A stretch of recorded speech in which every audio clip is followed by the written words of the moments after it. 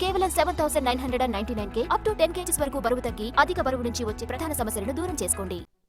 కాకినాడ జిల్లాలో పోలవరం లెఫ్ట్ కెనాల్లో ఏం జరుగుతోంది? రాత్రి పగలు తేడా లేకుండా మట్టిని తవ్వుకుపోతున్న దొంగలెవరు? వారి వెనుకున్న దొరలెవరు?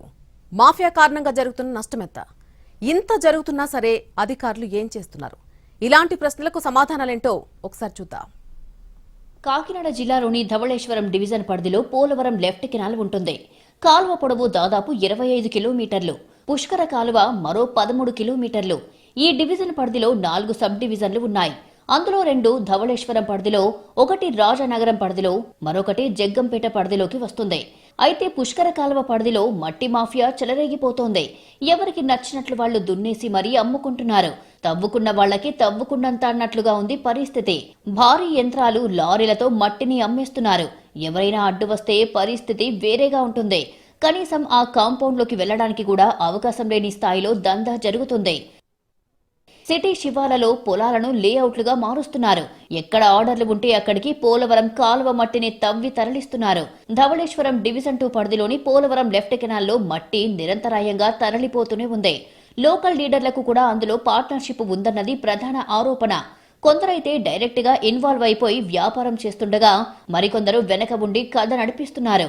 ఒక ట్రాక్టర్ కింద, లారీకి ఇంత అంటూ పర్సంటేజీలు తీసుకుంటున్నారు. ఈ మట్టిని తరలించాలంటే ఇరిగేషన్ అధికారుల అనుమతులు ఉండాలి. ముందు అప్లై చేసుకుంటే వెరిఫై చేసి పర్మిషన్ ఇవ్వాల్సి ఉంటుంది.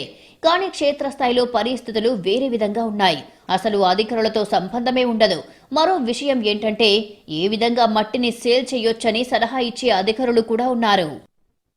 ఒక క్యూబిక్ మీటర్ మట్టికి 145 రూపాయలు, సీనరైజ్ కి 45 రూపాయలుగా రేటు ఫిక్స్ చేశారు.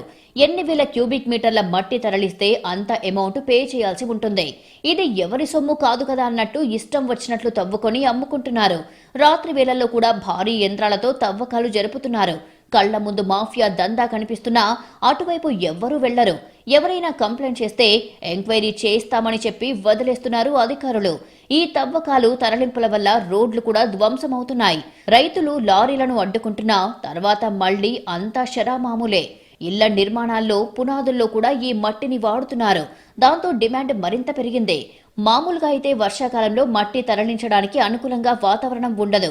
కానీ ఈ ఏడాది వర్షాలు అంతగా లేకపోవడంతో మట్టి మాఫియాకి కలిసొచ్చింది. ఇష్టం వచ్చినట్లుగా తవ్వేస్తున్నారు. 25 కిలోమీటర్ల పరిధిలో ఎక్కడ కుదిరితే అక్కడ దున్నేస్తున్నారు. ఇందులో గ్రామాల వారీగా చోటామోటా లీడర్లు ఇన్వాల్వ్ అవుతున్నారు. అంతేకాదు ఊళ్లల్లో మట్టి పంచాయతీలు జరగకుండా అధికార, విపక్ష నేతలు కూడబలుక్కుంటున్నారు. దాంతో దందాకు ఎలాంటి అడ్డంకులు ఉండడం లేదు. పోలవరం లెఫ్ట్ కెనాల్ పరిధి విస్తీర్ణం ఉన్నంత వరకు ఇదే విధంగా మట్టి దందా సాగుతోంది. ధవళేశ్వరం డివిజన్ పరిధిలోని 4 సబ్ డివిజన్లలో ఇదంతా కామన్ అయిపోయింది.